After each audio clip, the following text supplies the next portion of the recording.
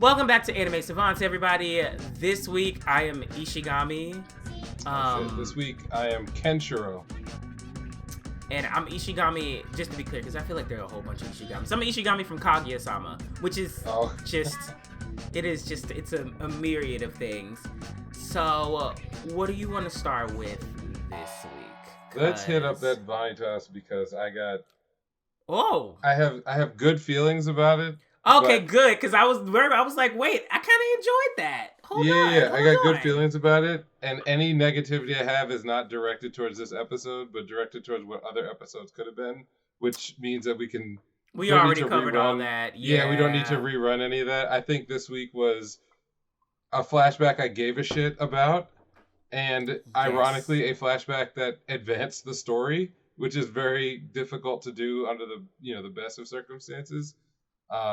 So the structure of the episode was all around us finally learning sort of what happened to Vanitas while he was with the professor or Dr. Moreau. He was with that character. So it probably covered maybe like a year or two of his life, because it didn't seem like he was there for super long, because he did train to be a chasseur or whatever, right? And he was still a kid coming out of it. I'm assuming like 12 or 13 years old, maybe, when he came out of that. So it was interesting because not only did we get a quick dump of his relationship with Mikhail, which seemed a lot more chivalrous and maybe like one-sided because Mikhail kind of adopted him rather than the other way around, but we got to see a good scene of him doing something heroic, which was sacrificing himself in order to protect his, this other kid. Little brother now. Well, little brother. I mean, he never got down with that. But it's obvious that he did have strong feelings about, I guess, a kind of chivalry, because they even say during the flashback that one of the reasons why he didn't try to escape was because the Moreau threatened that he would do it to other kids. And so, which is a good framing for this kind of an event, because it doesn't really make a lot of sense otherwise.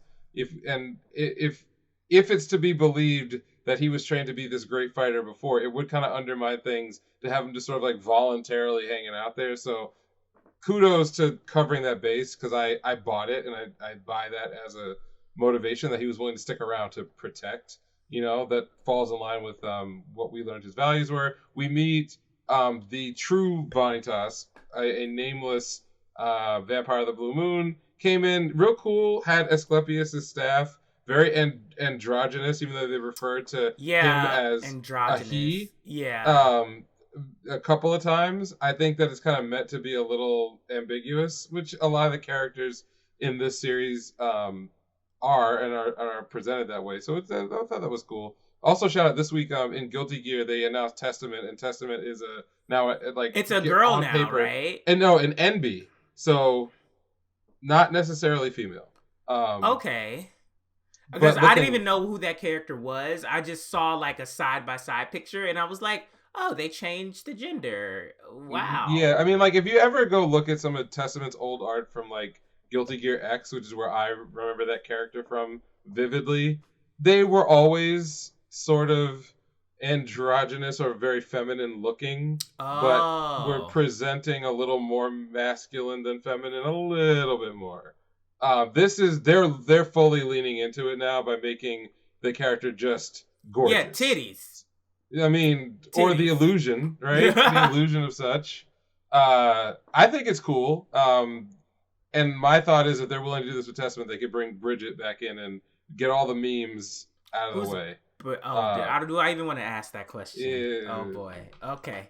Just look up Guilty Gear Bridget, and you'll know why that was a shock to a lot of people early on. Anyway, point is that we learn a lot more, at least from Mikhail's point of view, about that relationship between the three of them: the original Vanitas, the Vanitas we know, and Mikhail, who you can always tell when they want to like humanize a character is that they give them comedy segments.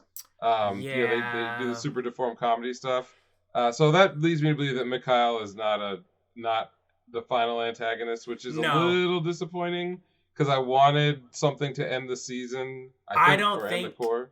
I think this is a misunderstanding arc, like you said last week. Yeah, I think but especially with how they ended the episode, with not like Vanitas walking up to him, but Vanitas hugging the clothing, and I'm just like, if he wanted to kill him, he would have done it like way earlier on. He wouldn't have waited like a year or some shit. Sure. And from the way that the blue vampire was talking, it seemed as though like, yeah, I can save your life, but I'm gonna have to die. Or like, or I'll have to make you a blue vampire through giving my life. And it's the whole unreliable narrator thing too. Mm-hmm. So we know how this is meant to turn out. Also, I can already see that because Mikhail has the, the sort of little brother archetype. Yeah. You know, that is going to, once they fold him into the cast, that's going to be another source of like a comic foil for how uptight Vanitas is, to have like this character now around, like screaming Oni-chan and chasing him in the streets, and the fact that he's also clearly a dangerous psychopath. Yes. It will be played up. Yeah. But I did like how they explained everything, and they literally were like, you are not human, but you're really not vampire. Your world formula didn't been fucked up, and your bodies literally just can't keep up with what happened. So you're gonna die. We don't know when. I like that a lot. I did too. Here's one thing. Again, this is not a criticism of this episode, but if you go all the way back to season 1, I think it was either episode 4 or 5, the one where he takes on Jean.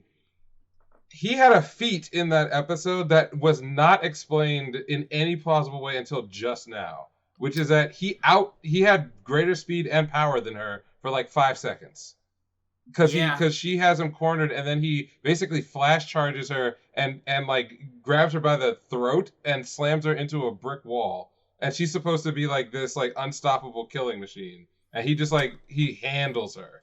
And then he doesn't do anything like that for like the rest of the series. Even the stuff with Moreau in the underground with the other chasseurs, he didn't actually do a lot of physical stuff in that conflict. I think he was moving around pretty well, but that's about it. So here, us learning that he's like kind of a demi-human helps explain that, but also they never really played up his character as being one that was particularly strong all the time. So yeah, which I feel like they had to give that to Noe because he's useless. So, yeah, otherwise what is his purpose? Yeah, as opposed to just like biting people. Like, yeah, they couldn't. Yeah, you know what the other thing, and to piggyback on that thought, is that when I heard about this series and I saw the preview, one of my like naive predictions was that this was going to be more of a Sherlock Holmes style serial where he was they'd be solving cases week to week, or maybe a couple episodes per. And then there'd be some other story underneath that would bubble. And it's been a lot more episodic than I thought. But one of the upsides to having done that, to have structured the story that way, would have been for Noe to have more of a Dr. Watson role, where he's actually doing a lot of things that are relevant to the individual cases and showing off that, because he's just useless, and the only reason he's there is because he's a vampire. Yeah, and now having gone through a couple seasons, it's pretty obvious that he is just a device for doing information dumps when it wouldn't make any sense for the audience or the characters there to get a visualization of a backstory. And also, that just makes him annoying, because if that's his only purpose, that's why I'm so annoyed with him when he has these emotional like moments and shit like that, because I'm like, your character doesn't really even mean anything. At least to me, I'm just like, dude, you bite somebody, you learn something, you tell Vanitas, and then Vanitas fixes everything. Right. Also, the thing about the books, I thought that the blue vampire had given them those books when he took them in, but apparently them shits existed before them. So yeah, and maybe Moreau stole them or got his hands on them. And also he got his hands on the blue vampire blood. So I'm wondering, like, what the fuck is going on? So that stuff I think is actually very interesting. This is a part of the story that I think we and others who are not as high on the series overlook, is that the actual backstory, the actual lore, the actual world development, the whole world formula shit, is good. It's solid. There are real questions that I think have interesting and story relevant answers, and they do tease a lot of them in ways that are good for storytelling. I think it's good that we still don't know everything about what Dr. Moreau was up to, and they've kind of drip fed a lot of this to us. I think it's good that we have some mystery around at least the gaps in Noe's life and Vanitas's life. A little mystery is a good thing. It reminds me of Sirius the Jaeger, another vampire adjacent action series that came out a few years ago, where there's not a lot going on with the backstory, but there's enough where you're like, okay, every time I'm seeing a flashback, I'm valuing it. Here in this episode, I think they paced it out the right way, where the flashback we got was actually interesting. It revolved around characters that we were invested in, and and not trying to flesh out. Would flesh out, and it would also help contextualize things that we had witnessed before. It wasn't like the previous arc, so it was good. And then we kind of arrive at the end where we know that Mikhail had a vision. They kind of sped through the last bits. They were like, here's 15 seconds. They're all sped up. All right, now we're back. And so they're rushing towards an ending here, but I like what I saw. I thought this episode accomplished a lot, and I did. About it. This basically gave me season 1 vibes, and I was like, this is all I was asking for the entire season. Just keep world building, just keep expanding upon this shit. But whatever, one more episode, and then good luck getting that second season. Oh man. I mean, I think it's really close to the manga right now, anyways. But yeah. Let's do Sabikui Bisco. Bro. I am 0% surprised. 0% surprised. So it's fine. I mean, what else were they gonna do? But kudos to them for doing it. Because when it was done, it did not seem as though it was just like, oh, this is a fake out, you guys. He's really not gone. No, that nigga was sinking in lava and got shot in the heart. That nigga, he died. Now, how he came back to life? Is he an amalgamation of mushrooms that basically was like, we'll make your body and your soul can just use this body. But also he got that glowing right arm. I'm whatever. I'm ready to see what's gonna fucking happen. We'll see. Yeah, I was all over. Also, the abs look fucking great. And of course. And the ending song is back to being back to the duet. Yeah, now you put me onto that. I was like, all right. Yeah. I see what they're doing. Yeah. When you kind of know where a story is headed, you want to just get to the moment. But I restrained myself and sort of tried to slow down and pay attention. And there's a lot to like about this week's episode. So we picked up from the confrontation with the Tetsujin Kurakawa. It's just, running wild. We got the tease at the end of the last episode of oh, did they get hit by the beam? Fuck no. Octagawa went underground.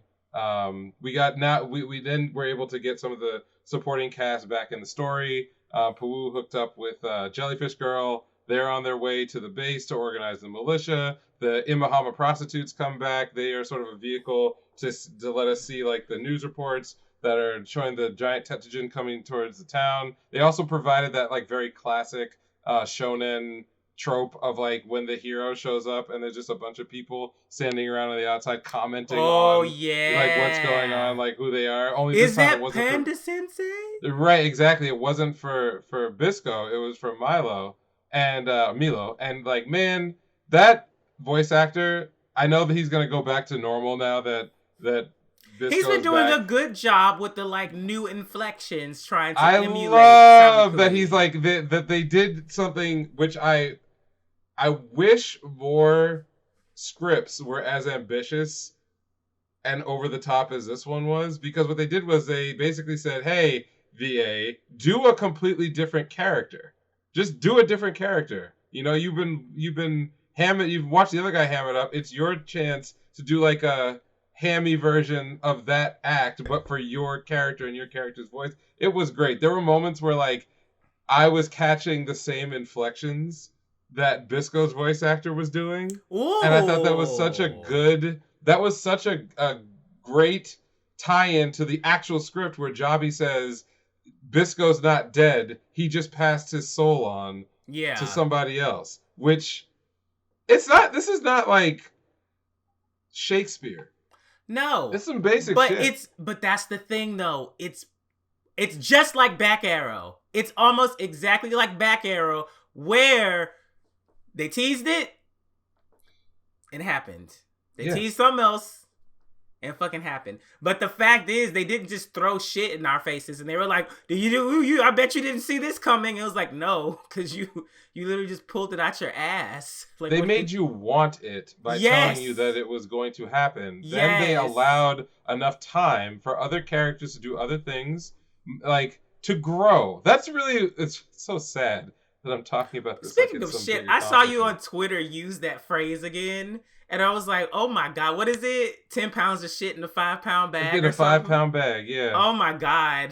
I was like, wait, who typed it? And I was like, it's James. Of course it's James. I was like, why the fuck did I even ask that? When you unify some very basic concepts in your presentation, it makes things feel deeper and bigger than they really are. Like, as you pointed out, having the VAs sing the ending, and you just get used to it. You're just like, oh, okay, that's what they chose to do for the series, right? You're just used to it. And then a major change happens in the story, and then subtly the song that the VAs are singing reflects whatever that change is. It's rewarding you for paying attention.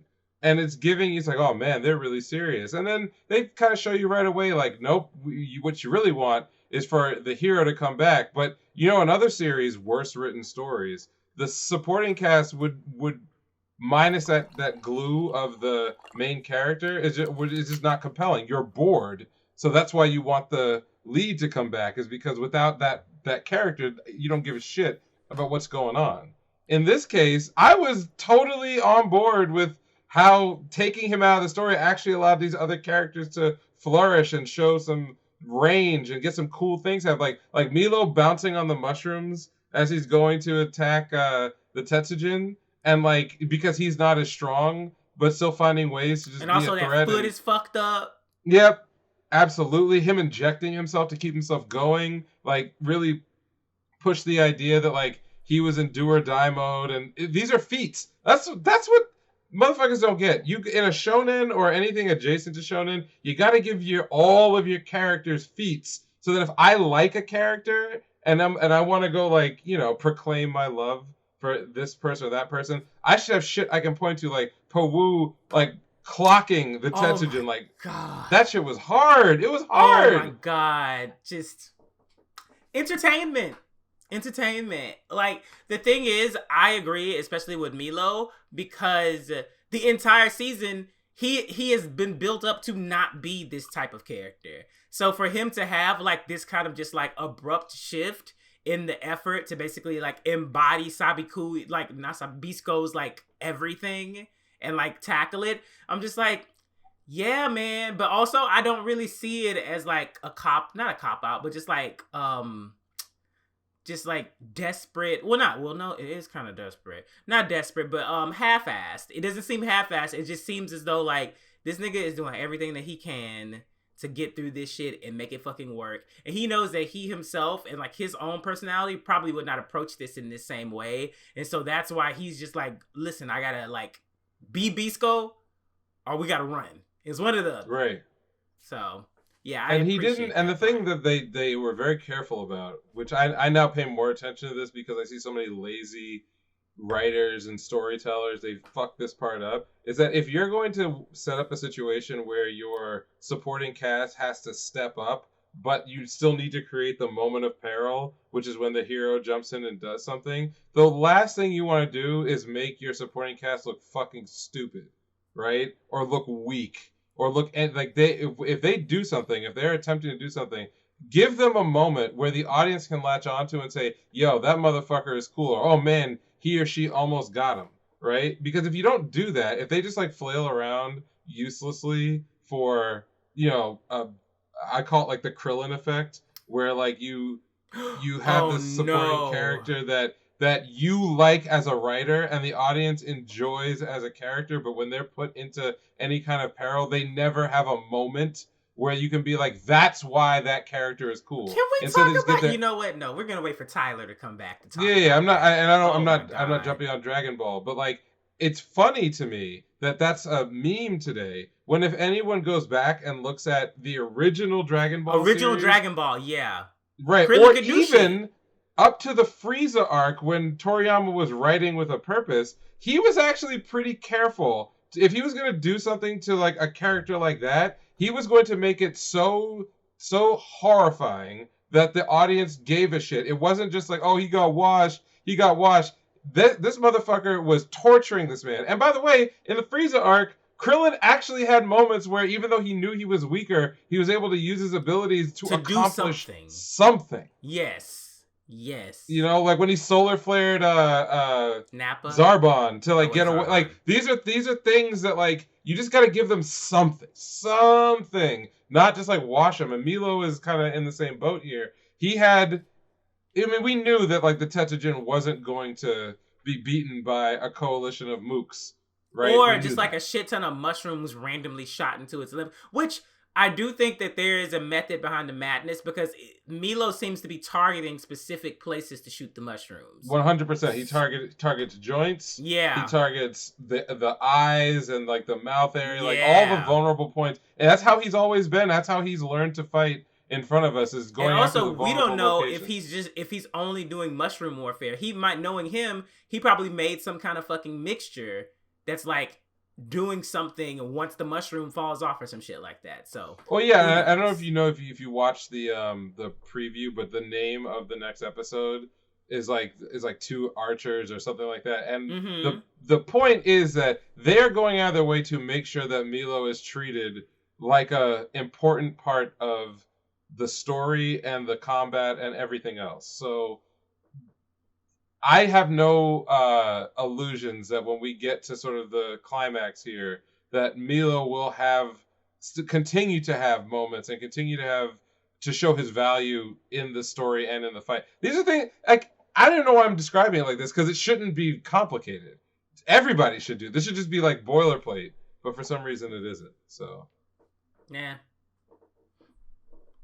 I did like the Imahama garrison having also their little moment of action too when they came flying in on the snail bomber. I mean, I loved how Pawu like was riding it. I was like, yeah, you're such a badass bitch. Like, fuck yeah. Like, she gives me Kill la Kill vibes. Like, I'm like, that's what I get from Pawu. I get Kill la Kill vibes. I'm just like, you're such a fucking badass. Like, fuck yeah. And she's not like a damsel in distress at any moment. She's literally just like, I'm gonna beat shit up. Like, let's go. I love that. And so, Bisco's back, looking cool. He's now got, like, a super-powered arm. We're going to learn a lot more about Russ, I think, before the season is over. And I think it's... And also that fucking, like, chest opening... I'm gonna be honest. I was like, bro, y'all could have made this look a little bit cooler than this, but it looked like a fucking space fan. But what? I was gonna say like a box fan. Yeah, like a base. Yeah, I was like, bro. I mean, it promised a horrible death, but yes. Yeah, it didn't hit the way that I thought it was gonna be. I was like, oh shit, it's gonna be like a swirling mass of just like. No, it's just a fucking fan like that. Yeah. But it is what it is. I mean, listen, the episode before this wasn't the Ganesha just a big pink elephant? Yeah. All right, so let's move on to the final fucking thing that happened. I forgive them. I forgive them. I forgive them. They got you back, did they? They got me back. I'm not gonna lie. They got my ass. I don't even know. I don't know what to say, to be honest. Like I gave zero fucks about all the foreshadowing. I gave zero fucks about it. I literally was just like, are they meeting or are they not? And they did. And you know what? It was great. Thank you, Sawano. You were an integral part of this. It would not have been possible. Literally would not have been possible without you. Because me getting through the series at times were dependent on me trying to get to a fight scene with a Sawano vocal track. Like, that was driving me at points during this shit, because I was like, bruh, I need something else, because I'm tired of Shin's pity party. I'm tired of your depression, nigga. Like, listen, I know you need to work through it, but come on now. We've moved on. Lena, I'm glad that we went back to the half and half. It worked perfectly. It was perfect this episode. The half and the half. They showed us what happened in Alba. They showed us. One of my favorite things in the episode was the soup line. The soup line. Yes. Yeah. It was such like a fucking like not come to Jesus, but just like it was a contextualization of the whole thing, where it was like they can't even like get crazy with those people, because those people didn't even know what the fuck was going on in the first place, but they still maintain their dumbass prejudices. They're still racist, but because of the situation that the government put them in, you can't really like go off on the ass and be like, bitch, I will pour this shit on the fucking ground, try it again. Like, that was just a really gripping moment to me, where I was like, this is fucked. Like, damn. But not like fucked and like, oh my god, it's misery. It was just like, how do you navigate something like that? Yeah, how do you navigate that? There's the thing about 86 that remained true no matter sort of what stage the storytelling was in, is the attention to enough small details that you believe, and I believe, in that world that I'm being presented. You can go all the way back to like the very first couple episodes when they're establishing sort of the societies and the cultures and sort of how we got to the place where the characters are at. And this is before we know anything about the wider world, anything about the history of the, of Jihad or like the Albans, or hey, we don't know much about anything. But even in those spaces, I remember things like lingering shots on showing the difference in like the kind of art and graffiti that was in the Alban capital, and then they would cut and show like the 86 bunker or the dormitory with their graffiti. I wasn't catching that. I know they focused on that, but I didn't catch like what they were doing with it. And in the same way that they chose little things to drive home some of these scenes, in these episodes, this sort of last episode of the second season, you had these like little like cutaway moments, like when Lena's walking in the street and she sees like the people drawing encouragement and like happy pictures for being back. But this happens like, I don't know, a few minutes after we see the Albans in the soup line like acting like complete dicks. And so it's the idea of like, oh well, there were kids with that other group, and it's like the children, they do the whole children of the future thing, but they don't beat you over the head with it. Likewise, when Lena was getting her commission and she's in the room basically being told, where she's headed off to, I noticed that everyone but her, there were two Foreign Republic guys. Yeah, and everybody was tense as fuck. Like the guy but I didn't orders. know what the meaning behind that was. I was thinking like the two foreign guys. I was like, is this a sexism moment? Are we having a sexist moment right here? Like, what's going on?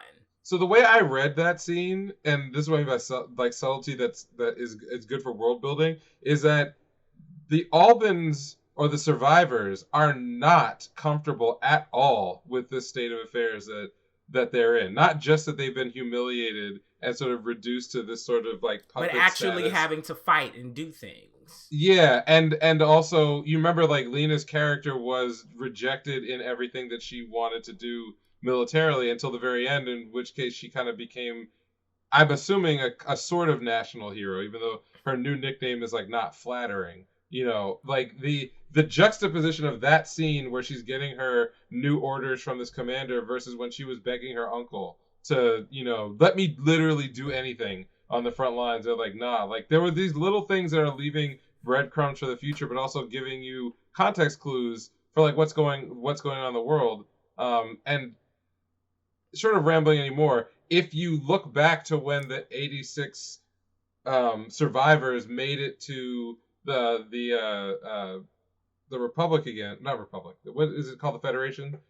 Yeah, when they made it to the Federation, that they spent like an episode and a half or 2 episodes just on like the false sense of calm that the Federation had in their moment of trying to just preserve their society, but how different it was from the false sense of calm that was happening in Alba. Like these are all choices that lead up to moments like what happened, in this final episode. So I was feeling the whole episode end to end. Also, did you notice the meme? Which one? The meme of the guy with his girlfriend looking back at the other girl. Oh, yes. With homegirl when she left the fucking shop. Someone posted that the other day, and I was like, oh my god, they really fucking did. They put that fucking meme in this bitch. Okay. They did, yeah. I did notice it. I also thought that it was interesting that I forgot Annette. Is that what the fuck? Yeah, girl? her I thought it was interesting that she's coming along also, and now even beyond this, I'm looking forward to she and Shin's reunion, because they were the like neighbors. Yeah. They were the neighbors, and also they were the like, weren't they like the primary test subjects? Yes. For the shit. So now I'm kind of just like, so Lena's out the way. That's great. Also, they did the thing with the shadows where their hands were about to be held, and it did 86. Okay, wow. This is not a romance. Get that shit out of here. Well, I mean, we're back to it. Also, kudos. I mean, a lot of people have literally said that, like, this is where someone even said, actually, several people have told me that, like, this is where, like, the show gets its, like, notoriety from. Basically, like, the coming arcs after, like, they're together. Someone even said, like, this could compete with Attack on Titan if Attack on Titan wasn't ending right now.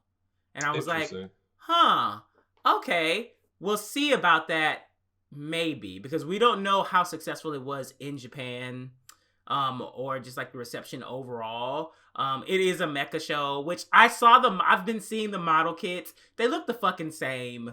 Like, what the hell? Like, what the hell? They look the same. They literally have, like, what is it, Korena version and Shin version? And I'm looking at it, and I'm like, I don't see a difference in these model kits. Always the problem. The only difference is that Shin's face is on one, and Korena and Anju's are on another one. And then Korena and Anju's fucking suits are the same model. It's the same model. I was like, these niggas aren't even trying, and you're giving them money. Come on! I mean, it reminds me. There are, I guess, in the grand scheme of things, it's in service of the theme of the show to kind of have all the mechs on one side or another look very uniform. That's a very military thing to do. I'm going to use the word realistic, even though we're talking about far future spider robot versus like zombie spider robot battles. Like, okay, we can stretch a bit, but it is kind of like a lost opportunity to make some cash. You know what I mean? Like, I mean, and that's all they're gonna do at the end of the day, anyways. But yeah, I saw those kits and I was like, damn, you niggas didn't even try. Like, damn. But yeah, beyond that, great. I enjoyed it. It was a great ending. I think it's a better overall experience marathoning it as opposed to watching it week by week. Because, bitch, this was kind of rough. I'm not going to lie. Like, especially the second part, which apparently someone is saying that they're actually considering the second part and calling it the second season. I'm like, whatever. I don't care. But, like, this part was, like, hard to get through. We've ranted so much about this, it's not even worth. This was hard to get through for me. Like, for the second part, like, it wasn't the politics, it wasn't the new characters, it wasn't the new nation. It was just the pacing was so off. It was too much Shin, like, oh, my boo-boos, like, I'm so, like, hurt, and, like, I don't know what to do, and I don't have a therapist, and all that shit like that. Also, you know what, fuck that little sister. I can't believe they put that shit in here. I was like, you don't deserve to get a resolution. And then she said, thank you, and I was like, I guess. You know what I mean? Like, that was my reaction. I guess. Yeah, I was like, why did y'all even include this? Like, this is so dumb. Homeboy gonna break down. I was the one that told her to send you the hate mail. I would have. First of all, I wanted Shin to literally just keep walking away, but that nigga turned around and started talking, and I was just like, "Why are you? What? Like, why are you? Why would you even give them the time of day?" It stressed me out. I mean, look, I don't know if do you ever like watch a movie and there'll be like scenes that are in every movie for drama that no human being ever does in real life. Like, you have a fight with somebody and then you like walk 6 feet and then you turn around slowly and then you kind of like say your little piece and then like, you leave or whatever. Like those moments don't really actually happen. Like, they don't. Like, you scream at somebody, then you just fucking go. Or you keep yelling all night. Like, there's... Right, and so, like, again, the whole, like, I'm so sorry I did this horrible thing. Okay, good. He did apologize. He did admit that, like, it was a personal failing on his part. I don't disbelieve that. I wasn't mad that, like, that was part of the resolution. What irritated me was like, oh, so the girl also shows up there at the same time, and does she not remember writing these shitty ass motherfucking letters to this guy? I was like, bruh, I was like, there's no way that child, because first of all, the child hopped on the bandwagon for the hate mail. So like, and also they didn't have a scene with him basically explaining like, hey, I kind of like pushed you to do this fucked up shit. She just automatically came around. Yeah, how did she fucking know to be like, oh, that's the guy and my brother who's dead? What the fuck? I was like, girl, fuck you. I don't care how old you are. And that was the thing of like, they had to wrap up this storyline and tie up all the loose ends with, the surviving, It would have been better if she wasn't there. Then I would have taken it a little bit more seriously. Yeah, but or you could have just... You could have done that scene, but just done it in a way that didn't have it appear as if the kid also came around. She could have just like come because it would make sense. For example, if like the guy with the red hair and the girl were both visiting, purposefully around the same time. But if she misses Shin and all she sees is the picture of her dead brother and this guy, and then have the guy with the red hair have him off camera, but imply that he's the one who has to explain that what happened was wrong and everything else, and maybe the kid's kind of wistful that she now understands what was really going on and can't apologize in person. Yeah. And then maybe writes a letter of apology. I don't know. Or, in line with the theme of the story. Anyway, I would have preferred like a fucked up, just like non-conclusion where or that she and Shin walk past each other and she recognizes him, but she's too afraid to talk that shit and he just keeps moving. And they leave it at that. And it's kind of just like, yeah, like that will work for me because it's like first of all, you're too young and you don't have the emotional capacity to even fucking process, let alone confront him. So that would have been more accurate in my mind after Homeboy. Yes, I agree. Apologize. Like she doesn't have that yet. Like she's probably still fucking more in it. Whatever. We're talking about all this shit. Whatever. I'm not mad that occurred. And that there was a need to rapidly rush and wrap up that story because it was a storyline I wanted to be over. I don't ever want to talk about this again. I don't want these characters to come back in any meaningful way. No. Except maybe have like a hero scene in a later season where the red-haired guy like sacrifices himself. I don't care about that. I don't care if Shin like remembers the brother or whatever. Like, that part I don't give a shit about either. Yeah. I don't care about that, but get that little sister out of it. I was like, okay, whatever, like, you're done. Speaking of little, I really enjoyed Frederica's, like, last few moments where she came to fuck in, and she was like, all right, there, niggas, we taking pictures, we doing this, we doing that, blah, blah, blah. I was like, perfect use of the character, because honestly, I'm like, what other role are you going to have outside your power now? Because Kiri's dead. Right. So, well, what was that line that she had when she was talking to the president and she had all that homework to do? She's like, he's like, why do all of your punishments cause me such pain or something? Like that was genuinely funny. Like I like that. She's still a charming character to have, but they are gonna have to twist this story into knots to come up with an excuse for her to stick around. To do anything. Yeah. She's gonna. Her power is probably gonna have to become integral at some point. I think that's and I could see like an argument for, Shin kind of has this like psychic ability to hear the to hear the Legion. And if her power is introduced or fleshed out in a way that is true, then having two such characters is a tactical advantage, right? And I could see there being tension about wanting to use a child in that capacity, given they don't have the excuse of like the hostage thing or whatever to go back to. Like, and the president's a pretty moral guy, so I could see them going somewhere with that if they wanted to. And that voice actor is killing it. But yeah, I probably would be a lot happier. I think she was in My Dress Up Doll this past week too. Oh, for real? I wouldn't pay attention. Yeah. Well, yeah. So I would not be opposed to not dealing with that character ever again because we got our main cast together. But I'm really looking forward to the dynamic of them together because I know shit's gonna there are gonna be problems with them actually being in person together. But that's probably like 2 or 3 years away at this point. So who knows? Yeah. What else did you watch? Well, I watched Realist Hero, which veered into territory I didn't think they were going to get to, given that they just straight up put native peoples directly into the. I figured that was coming because that was in the opening sequence. So I never, you know what? I wasn't paying attention. So when I saw it, I'm like, oh, we doing this now.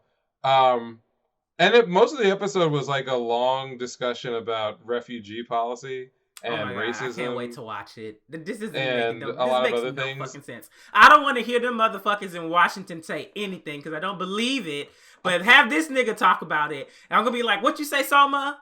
Yes, agreed. We should do that. We should do that. Well, it's funny, we're not, we talk about anime politics, but we don't usually get into real politics. But it's very interesting how the conversations that they wind up having in this episode align with some of the, current events that are happening now around justifications for warfare. Yeah, you're gonna watch it, so I don't want to give too much away. But the context is that there's these native peoples were originally in the area where the Demon King now resides, and they were driven out by all the monsters, and now they are refugees in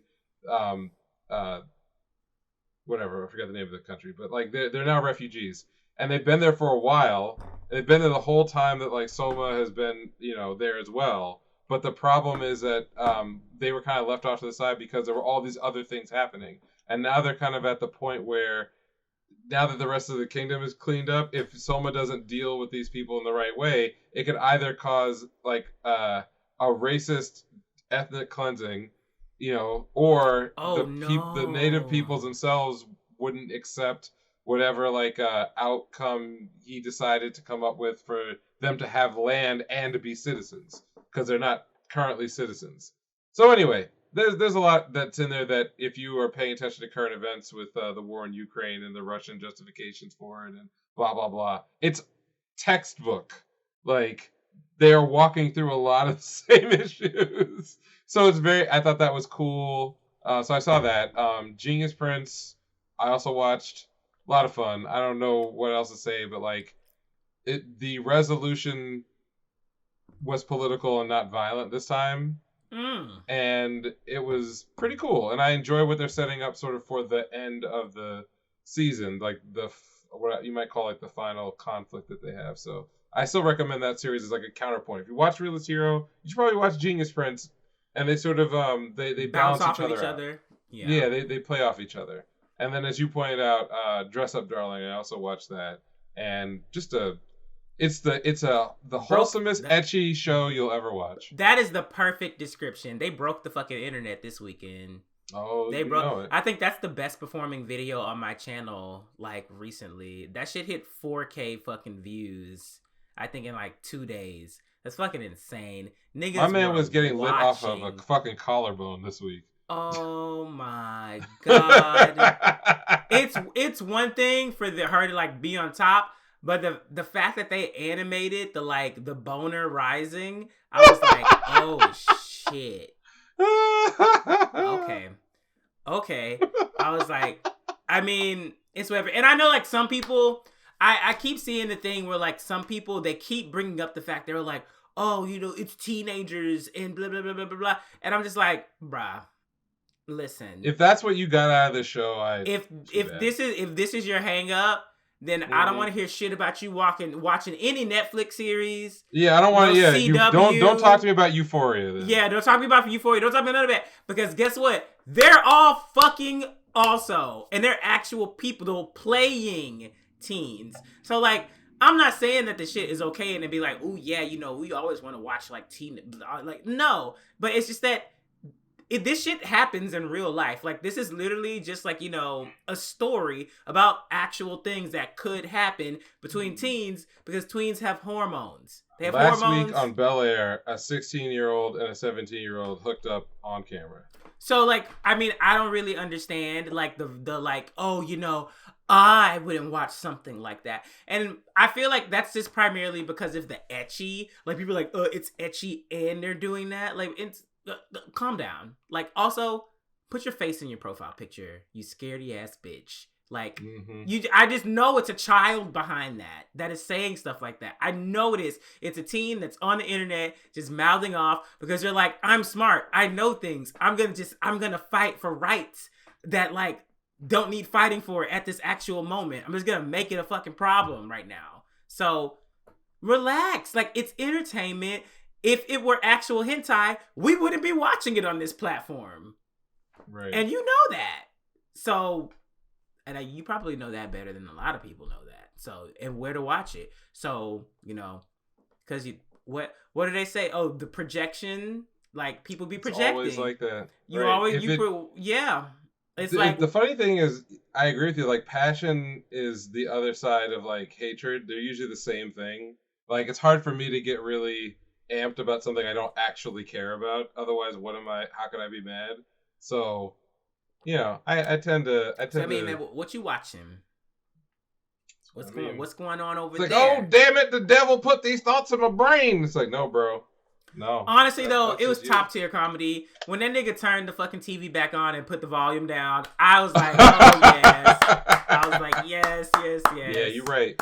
Yeah, I was like, I've done that as a teen before. Like, yep. I've done that. When HBO was wild in that late at night, I was like... Don't even get me started. I would whenever be someplace with fucking Showtime... rap. Listen! Oh, y'all don't know nothing about that. The younger people... y'all don't know now it's like, y'all bro, don't know you nothing type about some that shit into Google and you get God. everything you want. Niggas be staying up till like 2 o'clock in the morning trying to unscramble the fucking TV. Oh my God. Like, yeah. So enjoyed the episode. Of course, like Marin, just like fucking phenomenal. The way that she literally was like, I just booked this shit because it looked cool. I didn't know it was fucking Love Hotel.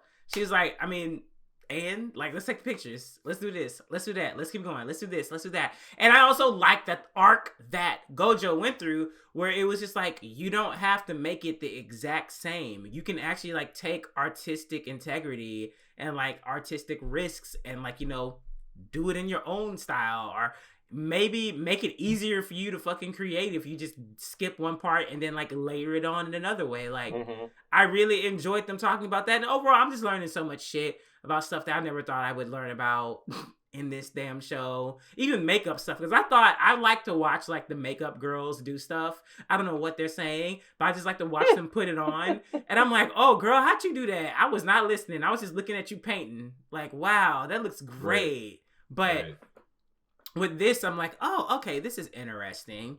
And yeah, but honestly, everyone is screaming, or all the manga readers are like, just wait till next week. Just wait till next week. So I'm like, oh, here we go. Okay. I don't know nothing about that. Yeah, I was like, okay. Well, I mean, I will be there. I will watch it, but okay. I'm sure it's gonna be a mess. Yeah, but I don't think it's gonna be. Well, let me not say that out loud before. I do know that TikTok took my videos down about it, and that's another thing I gotta say. Fuck you, TikTok, because I put 2 TikToks up. And they both like fucking slammed. I'm talking like both of them broke 300,000 in like 5 hours. And they fucking took that shit down because they said it was adult content. And then I went to the My Dress Up Doll fucking hashtag. And you got niggas like kind of like partially shading out like Marin's bikini that showed nipples and shit. Why is that still up? But the actual footage that is actually just like her in like the dress, you gotta put that shit down. So I was like, fuck y'all. Fuck y'all. I did get a shit ton of engagement from it, so thank y'all. Hey, that's what it's all about. Shit. But fuck you, TikTok. Like, I edited it, everything. I took out my cuss words. I did all that stuff. Like, you don't understand. Whatever. Anyways, I finished the first season of Kaguya-sama. Very pleased. It actually is like perfect. Oh wait, going back to Dress Up Darling, no. Frederica's voice actress, I think she was the voice actress of the Succubus when he was reading the Succubus thing. I don't know if it was her, but I literally have watched both episodes back to back. So I watched 86 first, and then I watched Dress Up. And so when that thing was being like, animated for like like 1 or 2 minutes or so, I was like, is that Frederica's voice actress? Because that sounds like very familiar to me, but I could be wrong. Kaguya-sama, it's fucking amazing. It was really good. I can't wait to start the second season. I will actually be starting the second season very soon. And the last 2 episodes, they did I don't think many shows can do like a tonal shift, especially when it's comedy focused, and like make it like serious and have it basically be like, damn. But they successfully did that. Also, I just want to say that the fact that they can make me laugh so hard when like from a person who's not even the main part of the skit.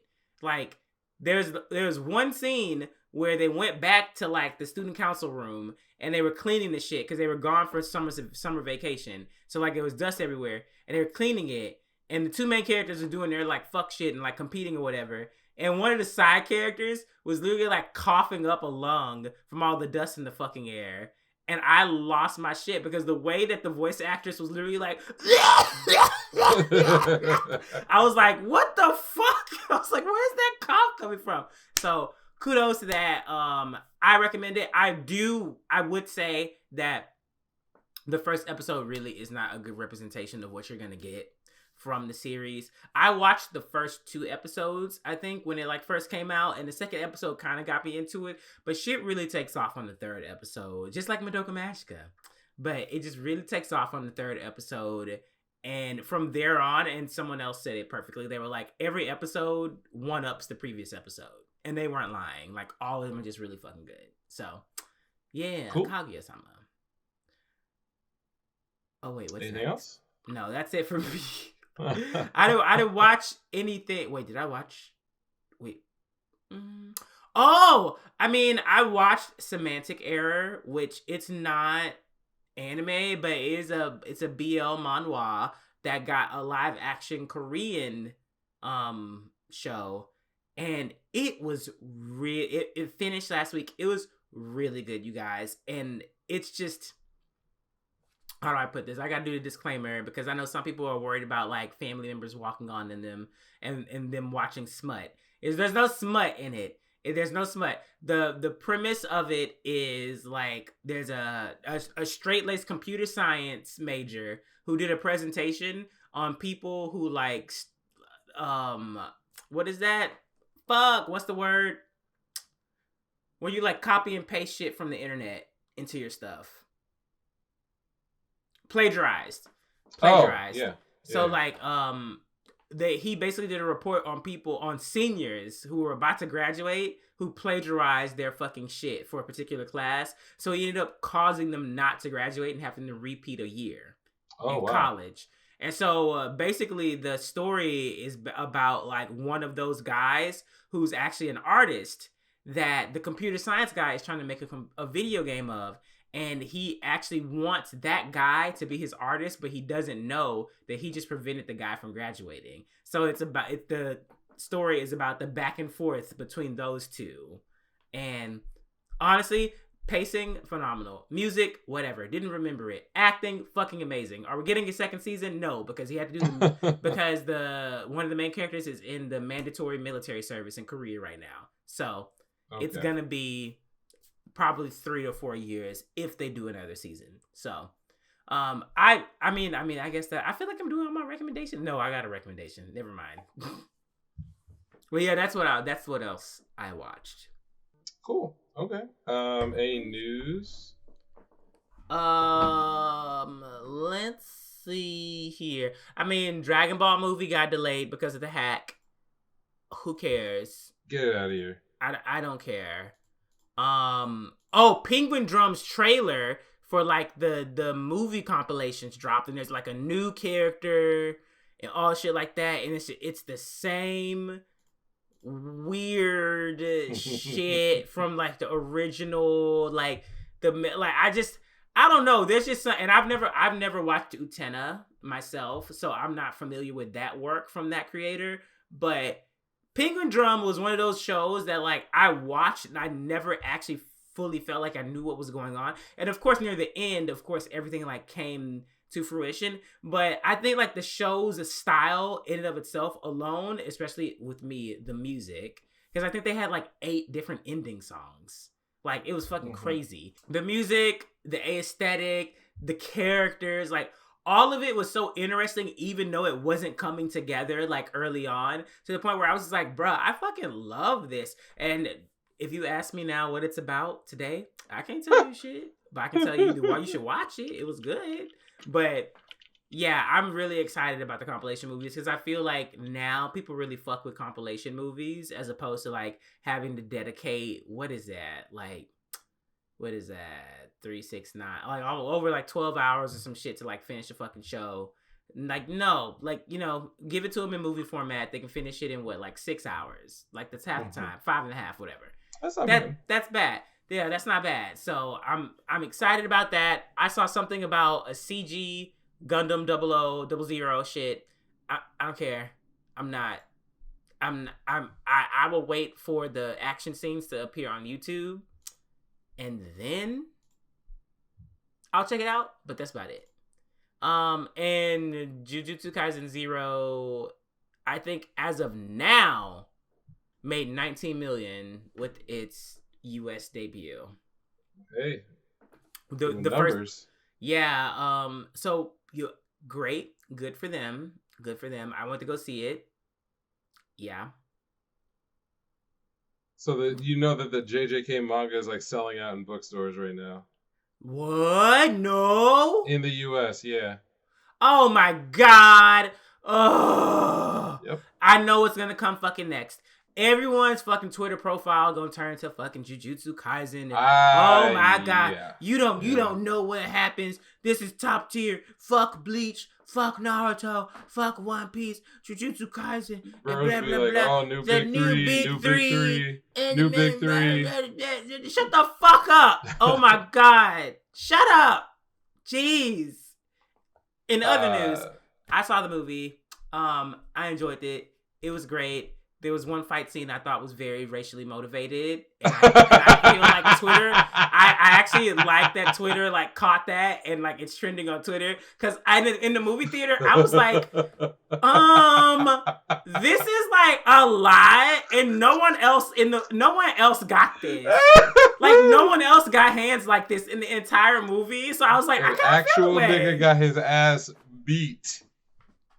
When I tell you, literally, it almost not mirrors, but the level of like fucked up was like the scene with Nanami and fucking Yuji going in on Mahito. Like it's the same fucking feeling. Somebody needs to when that drops. We need the fight back clip behind that. I think someone put it in the thread. I'm gonna go find this. If they don't do it, like I'm a clear version. Like we need to get that. Like that comes. Oh well, I feel like that can easily be found. Yeah, that's going to. I'm just gonna say that scene in particular, I kind of was just like, and niggas were losing it, and I was like, I was losing it too, but oh my god, like. Yeah. It was a little bit like, okay, you're doing a little too much for this character, but you ain't do it for nobody else. Now hold on, let's bring that back. You got the complexion for disaster sometimes. I'm not really like hopefully no one's gonna be like, I'm gonna clip this because oh my god, his feelings are hurt. It's not gonna go that hard. I think most people are that serious. Yeah. Yeah. I do have more things to say about that, but I'll say it later. Yeah, and I think I haven't seen the movie yet, but I have. I'm a manga reader, and I read JJK Zero a while ago. They seem like they added enough stuff in there to make it really have standalone purpose, which is the only thing I was concerned about because Zero is only four chapters. So yeah, I saw that because I think I looked it up and I didn't read it, but I was like, this is 4 chapters. I was like, they're making a movie out of 4 chapters. I was like, right. I mean, movies have been developed out of less, and I'm going to talk about a movie that has been developed out of much less in a second. But it seemed like they added enough stuff to really pull it together. And Akutami is, I think, I don't want to say hands-on, but as far as the 4 or 5 major shonen authors who have been closely involved with the movies on their franchise, so like Oda had some involvement in some of the One Piece movies, obviously. Yeah. Kubo, specifically through like Burn the Witch, he was not involved in most of the filler for TV, which kind of shows. And the Naruto and all that stuff. Like there's and My Hero. I think that, like, from what I hear, this is one of the better approaches to supplemental movie content because it was able to draw from something that is canon and presented as part of the general story of Jujutsu Kaisen. Because that's the movie problem. The movie problem is always if you want to have an original story, it cannot disrupt anything about the existing story that is not yet done. Yeah. And that always causes a headache and makes a lot of these movies not worth watching. So, this is, from what I hear, is fantastic. Sounds like you had a good time as well. I did, barring some things. That I will mention after news. I want to bring up the second trailer for Mobile Suit Gundam Kukuru's Doan's Island, which I have a lot of thoughts about. It's not out yet. From? Say again, I didn't hear you. What is that one from? So that's this is an interesting decision. So in the original Mobile Suit Gundam, in the manga but particularly for TV, there's an infamous episode that goes by the same name, which is Kukuru's Doan's Island. To summarize the plot of that episode, the Gundam and the White Base crew come near an island where they believe they see a dom that's on the island, and so Amuro goes out to investigate and discovers a man raising basically a bunch of kids on this island, and it's pretty obvious that he is a former Xeon pilot who is like on the run or just trying to hide his identity and just have a new life. But ultimately, it comes to a showdown with the Gundam. Amuro destroys the machine, but doesn't kill him, and then they kind of move on. Now, that's an episode. It's one episode. Yeah. That are in the original Gundam. It's kind of, if you just lay the story out, it kind of doesn't mean anything. Yeah. It doesn't connect to much of anything. However, the episode is infamous because of the absolutely god-awful production value of the episode. Some of the worst animation in Gundam history, and all the directors who were involved in that episode have more or less disavowed or apologized for just how bad it was. And it kind of and in some of the foreign releases and the dubs, that episode is actually left out. I think it's episode 15 or 16. It's not very deep in there. So it's always had this really funky reputation as the lost episode of Gundam, the worst episode of Gundam, blah, blah, blah. So if you had told me in 2021 that I was going to hear news that they were making a new UC Gundam movie and it was going to be based on this episode, I would have told you were on drugs, because it made no sense. There's not a lot of meat on that bone. It's literally just a 20 minutes of Gundam that's disconnected from the rest of the plot. So it appears, if you watch the trailers, are they going to expound upon the children? Well, they're going to go. A lot of the movie is going to be the backstory of Doan and kind of how he was a Xeon ace, but then defected, and basically wanted to put down his sword and not fight anymore. And I really like what they are doing here, because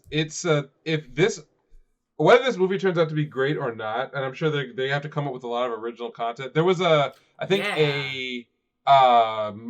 manga series. I don't think it was a light novel. I think it was a manga that does tell all of this backstory to Doan, which is what the movie is actually based on. It's based on the manga, not the episode.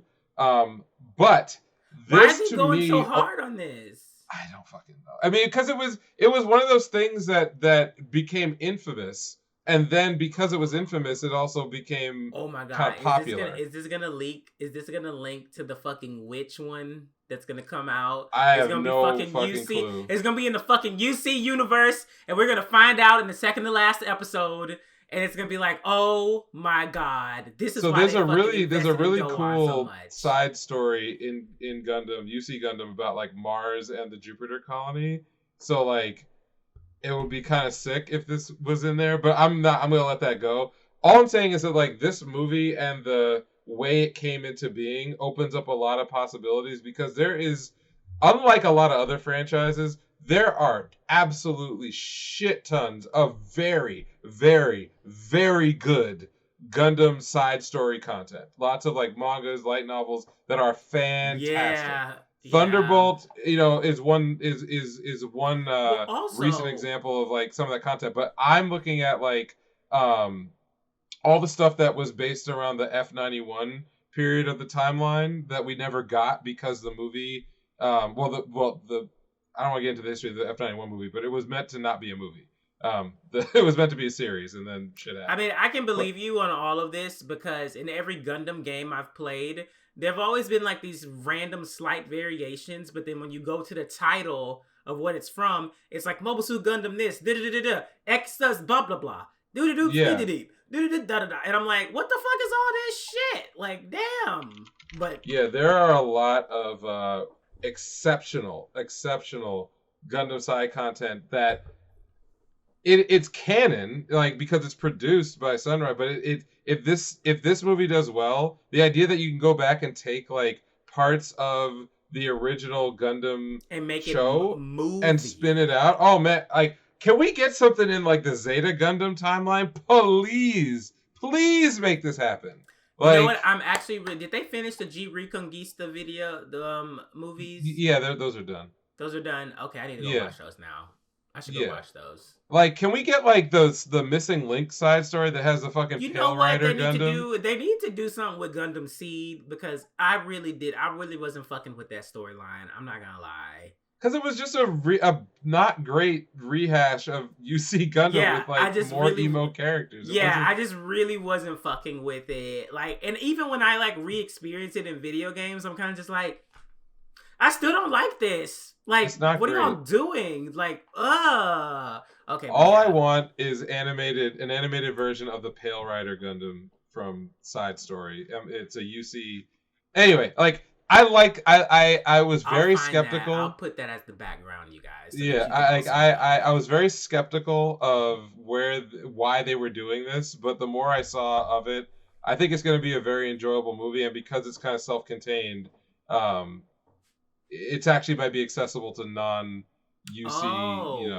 fans, which I think is important. How was the Hathaway movie? Was that? Would you say that great? Okay. Great. Would you say that is accessible, or do we need? No, it's not. That one is not. Okay. It's accessible as much as a movie that any movie off the shelf, that you've never heard of is. Like, the problem is with Hathaway's Flash is that the importance of a lot of the characters who show up is not stated, which you don't lose track of. You have to know who the fuck they are. Or you have to know who the fuck some of them are to give a shit. Like, there's a, I don't think you need an excuse to watch it if you're not into the UC century, because there's some baller ass shit that happens in that movie. So just watch it for the baller ass shit. I don't know what else to say. So, yeah. So Kukuru's Doan's Island. I am casually excited for this. Just never thought it would exist. That's kind of where I'm at. I just didn't think we'd get something like this ever. Anything else? That is all the news that I have. I am ready for my rant, though. I want the rant. Give me the rant. All right, you niggas are fucking disgusting. I am so tired of this shit. And I want this spread far, and I want it spread wide, and I want it spread with some fucking Febreze and Axe on that ass also. This is unacceptable. If I walk into a movie theater and I pass a space that you just passed and your must is in the same spot, I'm done. I hate you. I hate you niggas. I hate you so much. Why the fuck do I have to smell you? Why do I have to smell you? I don't want to smell you. Now, kudos to this nigga because his girlfriend was up under him all fucking movie. So listen, if you like it, girl, I don't love it, but you can stay over there. My problem is that I had to experience it. Oh. That wasn't the only thing. So then we sat in our seats. Also, you know what? I this is just a testament to like how popular Jujutsu Kaisen is because I bought those tickets on like a Monday night for a Friday. There were 9 seats, including the 3 tickets that I bought that were there max. It was a full fucking movie theater at 5:45 on a Friday. I was like, damn, and don't you niggas gotta commute home? Or like, you know, go to happy hour. That's why I picked this time. So it was a full theater. I'm not complaining about that. It's just like, it threw off my like, you know, oh, it's going to be like, you know, a not big like crowd. And, you know, B27 out here and shit now. So I'm just like, fuck. Like, don't really want to deal with a lot of people. A lot of people came in. Kudos to the high schoolers. I gotta say it. Kudos to the high schoolers. They were actually the best behaved people in the fucking movie theater. Good job, Gen Z. Fucking great job. You fucking college kids, though. The like, you know, the cusp, millennial, or whatever the fuck. There was like a group of like roided out like dude bros that came in. And I was like, yeah, I mean, it's shonen. So like, yeah, I get it. Like, maybe what like Dragon Ball Z was to us, like this is their like, you know, Dragon Ball Z-esque shit. Cause you know, niggas are throwing hands, or, you know, you muscled or you whatever. Anyways, you niggas would not shut the fuck up. I am so like, it doesn't make any sense for you to come into a movie theater. And honestly, like seeing how some of the theaters were in other places, I didn't have it that bad, but I still was just like, bitch, we paid money and I paid money to not hear your voice. So shut the fuck up. But also those theaters where like people like went apeshit when Toto showed up. Bruh. That's cool. Honestly, like I would have been like, yo, sit your ass down. Like one nigga like took his shirt off and shit like that. Are you serious? I was like, not in my theater, but like in some of the like the stuff that I've seen for people like reacting. Why do motherfuckers be showing out like this? Why? And it doesn't make sense because you're in the dark. So no one's even gonna really like recognize you and you're not gonna go viral from it. Like, so I just don't understand. Also, it's a mighty, mighty fuck you to the guy who showed up late, who sat next to me and my friend. You reeked also. Oh, God. Everybody was stanking. You dropped your popcorn on the fucking ground and your fucking Skittles. You picked them up, and I saw you scoop some of that popcorn back into that fucking receptacle, bitch. I saw that shit. And then you proceeded to turn on your phone flashlight to find your Skittles for 5 minutes in the middle of the movie. I hate you. I don't even know what to say. I just want to let you know I hate you. I like the idea of stink. Well, my thing is that there is already like a stereotype for the community to be this way. So it's kind of just like, we should not buy into these stereotypes. But then I've been going to Comic-Con and Anime NYC for the past few years. So I'm just like, some of y'all are just like, it's just a lost cause. Like, you just don't give a fuck. And that's why when I go to those conventions, I don't drink any liquid. Because I'm just like, I'm not going in that bathroom. You don't take any chances? I'm not taking any chances. I was like, I'm not going in that fucking bathroom. Except for this last year, because I had a press pass and there was a bathroom in like the area where you could pick up your press pass. So I could use that bathroom. So this past year, I did use the bathroom. But previous years, I was like, I'm not going in there.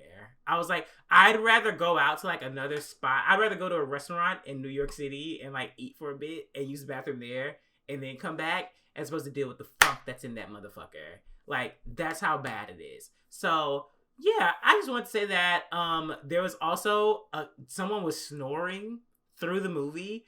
I don't know how. What? How are you snoring through that? And at first I was like, oh, it must be like someone's parent who brought them or some shit like that. No. This is a random nigga. Just a random nigga. I have no words. He just fell asleep in the middle of the movie and snored for the last 45 minutes. So, like, all right, cool. Also, if you're going to go see the movie, there is an after credit scene, everybody. So stay in the movie theater because a lot of the motherfuckers left. Yeah, a lot of people left. And I was like, oh, y'all didn't see this. And yeah, overall, I enjoyed the movie. The beginning part was definitely like a bit slower. But as things got moving and when that nigga showed out, and I'm not talking about Gojo, but when the main character showed out, I was like, oh, this character is Kotsu is the man. I was like, this is like a monster. Kotsu is the man. And Rika wasn't the monster. No. I was like, oh shit. And I'm not even talking about like his powers. I'm just talking about like the potential based off of what I learned that he could do in that movie alone. I was like, I can't wait till your ass show the fuck up in the anime, bitch. This is gonna be some wild ass shit, which you guys already know because you guys read the manga, or like James reads the manga. Oh so, yeah, like, bro. Yeah. So yeah, overall, you're gambling with your movie theater experience at all times, anyways. But like, I just had that on my soul. Like, it's a really hearty fuck you to you smelly ass niggas, especially the one that left clouds of funk in his like wake. Like, okay, yeah, whatever. That's it. I'm not even gonna clouds. I could just see this. No, James. Like, it literally went in my nose. It went in my nose. There's like a difference from like smelling someone, oh, God, and the different, but and then the funk being malleable. Like, the funk was malleable. Like, I literally walked through the space that nigga had just previously preoccupied. And it went, and I was like, oh! Huh? I don't know what to say. Huh? I don't know what to say. Huh? I don't know what to say. So, yeah, if I get long COVID, I blame him. Oh, God. Oh, I don't want to think about it. It could be COVID. Oh, yeah, God. I blame him. But, yeah. You know, if you guys feel safe about going to the theater and seeing it, I mean, my plans were dashed because I think a lot of people went to the Thursday showing and they got on the internet and on Instagram and shit like that, and they were all like, this shit's fucking crazy. And then everyone bought the tickets because one of my friends that went with me, he even looked up the theater before we went because someone else was going to come along with us. And he did this around like 11 a.m. that same day. And the movie theater was still empty. So that means between like 12 p.m. and 5:30, like niggas was like, we got to go see this shit. So it's great for Jujutsu Kaisen. Honestly, I think it's really great for anime overall because I think this is really going to transform marketing campaigns because we already see Netflix, we already see Disney Plus, we already see Amazon investing in the studios. But like, if they can make movie money, that's a whole other fucking ballpark. I mean, there's a real conversation to be had about what the barriers have been for moving.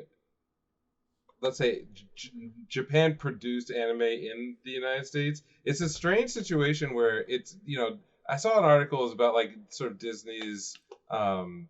I don't care about Black Rock Shooter. I don't care. I'm not watching. Yeah, but like it was more the idea of like not necessarily about what they're making this year, but sort of what has their strategy been and why has it not gone as well? Given that Disney does quite well in Japan and they've had a lot of very successful collaborations. They released that like. It's not BL. God forgive me. It's not BL. They released that fucking like gacha game with those like all those guys. Like was it the Neverland shit? Like those like whatever it was called. I think what's gonna happen with Disney, which is what always happens with Disney, is that it's just gonna be a matter of time. It's gonna be a matter of time, and once they figure it out, then it's a fucking wrap.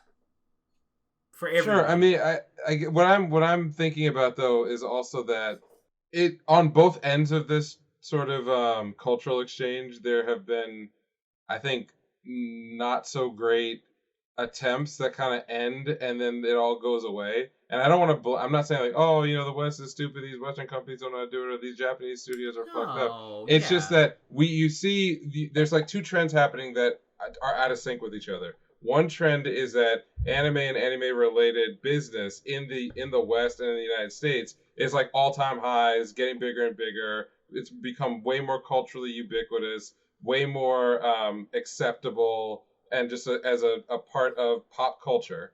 So that's happening. And then on the other side, you see like Japanese studios and Japanese companies. They're understanding they've got to produce stuff for the West, but you just don't. You see this like inability to figure out how to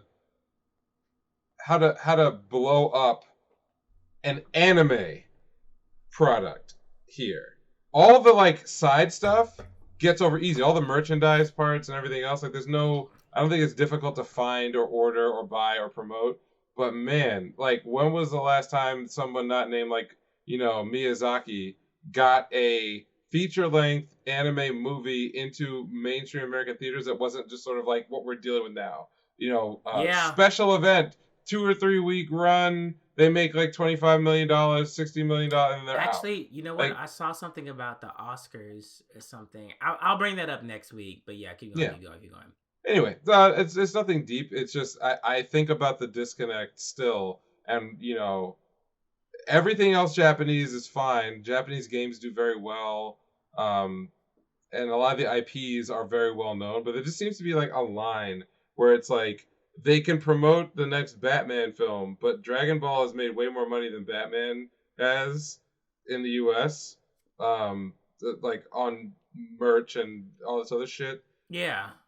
But they can't promote like a Dragon Ball movie in the United States. It would be weird if I turned on the. Honestly, that might even be like competition, like snuffing that shit out. Could be. I wouldn't be surprised by that because, I mean, the people who own and operate, Batman, DC, shit like that, I feel like they would have more influence over American outlets compared to like, a Japanese intellectual property. Which, I mean, it is Dragon Ball, but at the same time, it's kind of just like, we don't know about that because they didn't grow up with it. And it's a whole bunch of old ass motherfuckers probably that are making the decisions. So, and I don't want to. I make no claims to know anything. I don't want to speculate too much, but it's the fact that American media has not been successful in co-opting a major anime franchise in the sense to like make it native and endemic to the U.S. Yeah. That's an interesting failure because one thing these suits love more than anything else is money. They don't give a shit. Like Transformers. But I think you said it right there. I think you said it right there. They care about money, but they don't give a shit. And I think that's fair. There's an extra level of like production or like not production, but just like analysis and care that has to go into it when you're translating that format into like the American format, and they never do it. They never do it. But the only thing I want to point out is like there is one example that's really, really close, which is the Transformers series, and that's because a big American company way back when, which was Hasbro, licensed the distribution for the toys in the United States. So it had a presence here already. Right, but the thing is, so like Transformers, yes, it was a TV show. It is anime. Blah, blah, blah. Like, let's not deal with the technicalities. The point is that like the American company that licensed Transformers was a company that was already very good at selling toys, selling merchandise, and then as that company did better and better, and the franchise that they had distribution rights for in the U.S. did better and better, then optioning that licensing agreement or optioning parts of it to do things like make movies, very mainstream Western movies. Now we don't think of Transformers as this necessarily a Japanese import, but that's what it is. So my question is why? What's the barrier to having the same sort of trajectory happen with a native Japanese franchise, but an anime franchise, something that gets literally co-opted and rebranded and resold in the U.S. I want to see that happen because it seems obvious to me that it should happen, but it hasn't yet. So we wait and see. I think it needs to be Americanized. It needs to be Americanized. And yeah, I think Transformers is easy to be Americanized because all they had to do was just plant the robots like into a suburb. Yeah. So that's easy. But it took a while. I think it took like 20 years for them to figure it out. So. Yeah, and some of these things, they draw off of Asian and particularly Japanese culture and like known things. So like that's especially gonna be missed by American audiences. Like I can guarantee you that shit. Well, we'll revisit this another day. Yeah. As far as recommendations, well, I'm fucked. So I played Elden Ring. And it was not what I thought it was going to be, but it actually was way better than I thought it was going to be. And I'm fucked. Like, I literally, first of all, I didn't even play it for that long. Like, I started it, I did a little stream, and like some people came through and they were like helping me through the first parts.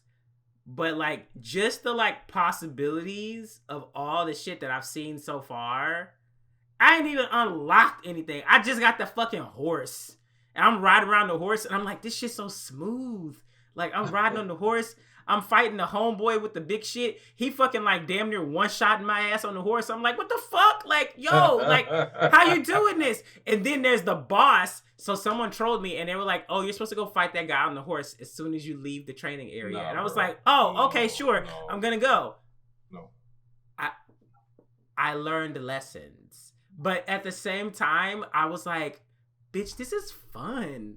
Like, this is fun. Wait, like, this shit is actually fun. Like, it wasn't the misery circus that, like, a lot of people are like, oh my god, Souls games are so hard, and blah, blah, blah, blah. I'm like, I mean, yeah, it's challenging, and, like, you have to learn different enemies, like, you know, rhythmic patterns to, like, you know, if you want to parry. Because, listen, last night, I was basically be like, I'm going to be the parry fucking king, bitch. I'm going to fuck you niggas up.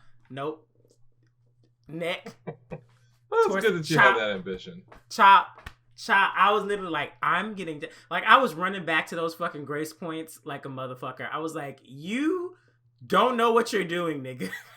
You don't know what you're doing. And you keep trying to do that shit. You need to fucking chill. And I have not died outside of the first, like, whatever that spider boss was. I was like, someone was like, oh yeah, you can beat that. And I was like, bitch, I'm not even gonna try. Killed me immediately. Great. I got away from the horse, like, what I mean, you know all these things. Anyways, yes. I played 45 minutes and I went to sleep because it was like 4 a.m. and I was like, damn, you gotta work. Woke up and the entire day, like, all I was just like, I was like, damn, I want to play Elden Ring. That's what it'll do to you. I was like, damn. Why I haven't been productive. I didn't look up a single guide. I didn't look up nothing. I literally was just like, I just want to play it. Like, I just want to like, I want to find a new weapon. I need to get some more bow and arrows. I need to get enough money to buy that kit, the crafting kit shit. I was just like, I have things to do in Elden Ring, and I'm here. Like, oh my god. I'm with your regular ass life, not playing Elden Ring. Oh my god. I'm literally just like, I could be playing Elden Ring right now. Like, so oh my god. I would like to promote Elden Ring because it is the game I put the most time into. It's doing good things. But I think I already talked about it. I'm going to promote something else that dropped this week, which is Stranger of Paradise Final Fantasy Origin. And in particular, for two reasons. One, it's an easy play, and it's a lot of fun. It's made by the same developers as Nioh. Oh, wait, you got it? Yeah. Oh, so, okay. So in a lot of ways, it's like Nioh. I never played Nioh, so but I wouldn't Final know. Fantasy. And as far as like gameplay goes, it works out pretty well, and there's like a pretty interesting like class system and all this, whatever. The real reason I want to recommend this game is number one, because cheesy. Fucking Jack, the main character, is a complete asshole. And he says some of the wildest shit I have ever heard in an RPG.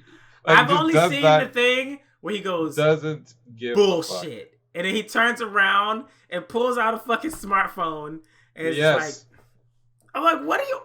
Listen, this is a man for 2022 if I ever met one. But on top of that, what sold me on the game was not even a playable character. It is the motherfucking Burger King. Okay? Anyone who plays the game knows exactly who I'm talking about. The motherfucking Burger King. With hair so luscious, it actually breaks the game. Okay? the game cannot keep up with the frame rate from trying to render this man's glorious hair. It's a silly game. It's a lot of fun. I need to buy it. Are you fucking kidding me? Are you It's a lot of fun. It's also not super long. If you're like, I heard that the optional content pads it out a lot. Yeah, it definitely does. But if you follow like the mainline stuff, like you can probably beat the game in 25 hours, 30 hours. Oh, like that's just not the bad. core. Yeah, just the core that's stuff. kind of like that's like a regular ass like JRPG length. So I mean, well, no, not regular, but like no, it's on the shorter. Infant. Yeah, it's on the shorter side. Yeah. Yeah. Because like, I would say JRPG length, like median would be like 60 hours, like minimum. Right. That's a selling point for me. Like, I don't need shit to be fucking forever long. Oh no, the story is fun. I can't. Oh my god. Do y'all know how much time I'm about to put into Xenoblade Chronicles 3? I'm going to break. Well, that's my a Switch. different. That's on the other end of the scale. That's like the game is like 200 hours long. Yeah, by default, and then I'm gonna be like, okay, now I gotta go replay it. Like it was so fucking good. Like I didn't even get all the blades in Xenoblade Chronicles 2, so I'm already planning like replays of Xenoblade Chronicles 2 up until the release of 3. Oh my god! Well, that's the thing though. It's made for weebs. It's for us or for me, but like. It's just, and I saw some people arguing over like the big tittied like ice blade other day. Whatever. And I was just like, make them bigger. Every time somebody says something like that, I'd look at the developers like, just make them bigger for every complainer. Also, bigger. I was like, bitch, that's one of the best healers in the game. Fucking cry. I don't care. Yeah. She's in my party. Period. Fuck you. Don't respond.